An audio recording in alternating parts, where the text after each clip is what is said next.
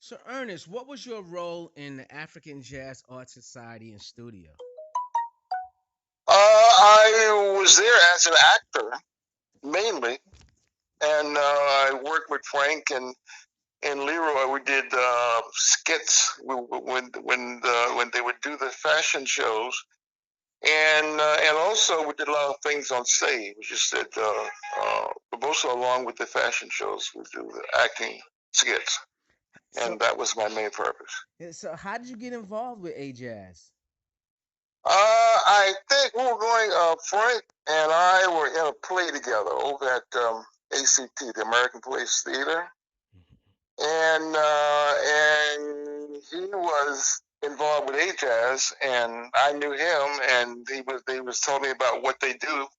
They hit this the skits that they would create skits, and they would act them out on stage, or usually at the fashion shows. Wow. And he asked me if I would come and work with him, and I said yes. So, the AJASS Repertory Theater seemed to have a lot of talented actors and like yourself, like Frank Adu, involved. What And Leroy Giles, but, right, Leroy you know, Giles, but actually. yeah. At that time, Leroy was like kind of not quite cool, so you never knew if he was going to show up or not. He was just a Hmm. great guy, one of the best actors on the earth. But you know, so it was him and David Ward Yeah. also did some things, but David was had some problems. So Yeah. mainly, it turned out most times just to be Frank, and myself. So now I know you can't speak for everybody, but can you tell us a little bit about your background as an actor and some of the things you've been involved in over the years? Well, my background as an actor is not very lengthy. I mean, I didn't do a lot of acting. I did a lot of stuff when I was studying over at ACT. I did a couple of Broadway plays, and but there was never for me. There was never a lot of money. I mean, I couldn't struggle like a lot of those guys did. Right. Struggle and do what they had to do to make a couple of dollars, and so I always had to kind of work. And then I got involved in television production, which would pay the salary. Exactly. So that's what I kind of that's what I really did. And then what I really started to do with theater was I started to design lights, Mm. lighting director, and I did that. I guess I don't know. I do probably 30, 40, 50 plays over a period Wow. of about. I started off with Bob Macbeth. Well, not start with Bob Macbeth, but that's where I got recognized working at the New Lafayette Theater. Wha- Um, and I got hired when the company was formed. I got hired as their technical director and light designer, and I worked for them for 2 years. I did all the plays. Um, Wow. So AJAS, in your opinion, I mean, people know AJAS for a lot of different reasons. right, right. And it's pioneering work with organizing jazz artists. It's marketing of those flyers, the photography, and of Right, course right. it's repertory theater. And over time, a lot of these cultural artifacts have increased in value and notoriety. What did you keep any of the artifacts from the 60s, tickets, flyers, brochures that you guys produced? I had at one point, I had maybe almost 15 or 20 of the posters from all the shows. And I had them in my basement when I was living on 18th Street in the house. And when I moved about 5 years ago, I they were some were still good. A lot of them were so fragile until they just kind of crumbled when I moved them. But that's pretty much what I had was the posters, and I don't think I have any tickets or anything like that. I had a lot of the flyers.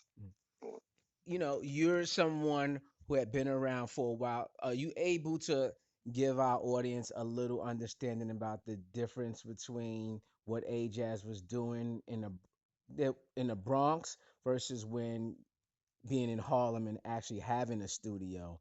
What was the what was it? What was the differences? From Well, yeah. I really wasn't involved with them in the Bronx. Hmm.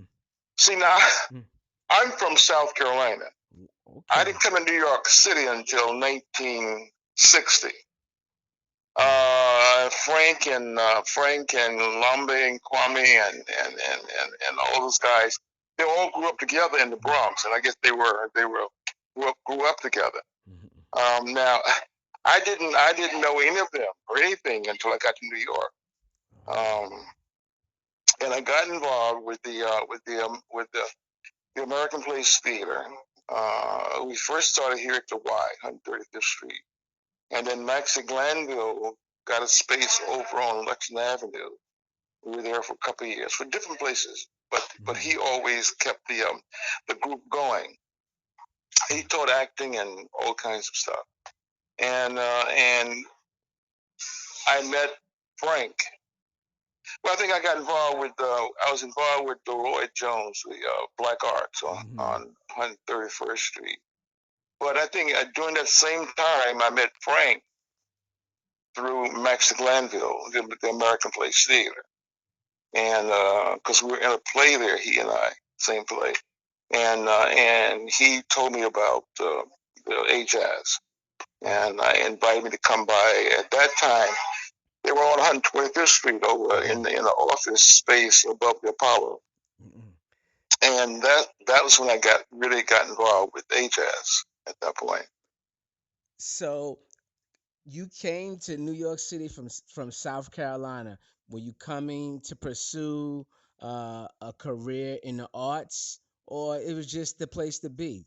No, What? I was just coming Mhm. because I wanted to go to New York. Well, yeah, well, no, I'm just coming to New York, because I'd finished high school. I had a scholarship to go to Mars College, a scholarship through church and to play sports. But I finally got on the football team, Oh, but now you're I talking. That's my sport. Okay, keep going. I weighed 129 pounds. And the coach said to me, he said, young man, say, listen, so you can run. I said, yeah. He said, but if you're a cowboy, they're going to kill you. So, I never really got the chance to work out. So I finally decided to come back. I left school, came home. And at that time, there's really no work for young people in South Carolina, unless you were a farmer, and the farm work had kind of stopped because farming was in a transition from the regular way you farm, which I love. I Mhm. love that. I love farming. To another method, with the equipment, tractors, and all that stuff. I love the other way, the old way, because my grandfather was a master at that. And people were working. There weren't that many jobs. My father stopped his farm and started working at the bomb plant. There was a big plant, I don't know, Sumter, that they call the bomb plant. Everybody who quit farming worked there. Then the steel industry came into the South, and they started working the steel industry. But all during at that year in '59 and '60, there was really nothing to do if you were a young person. So I decided to come to New York City. I got lucky. My aunt daughter had a baby. Sent her baby to my mother to take care of her, and she wanted the baby back. So she said, "Well, I'll send you a ticket if you bring my child back." So that's how I got to New York City. Now that was an experience. I Mm. took the bus from Columbia to New York. I got in New York. I got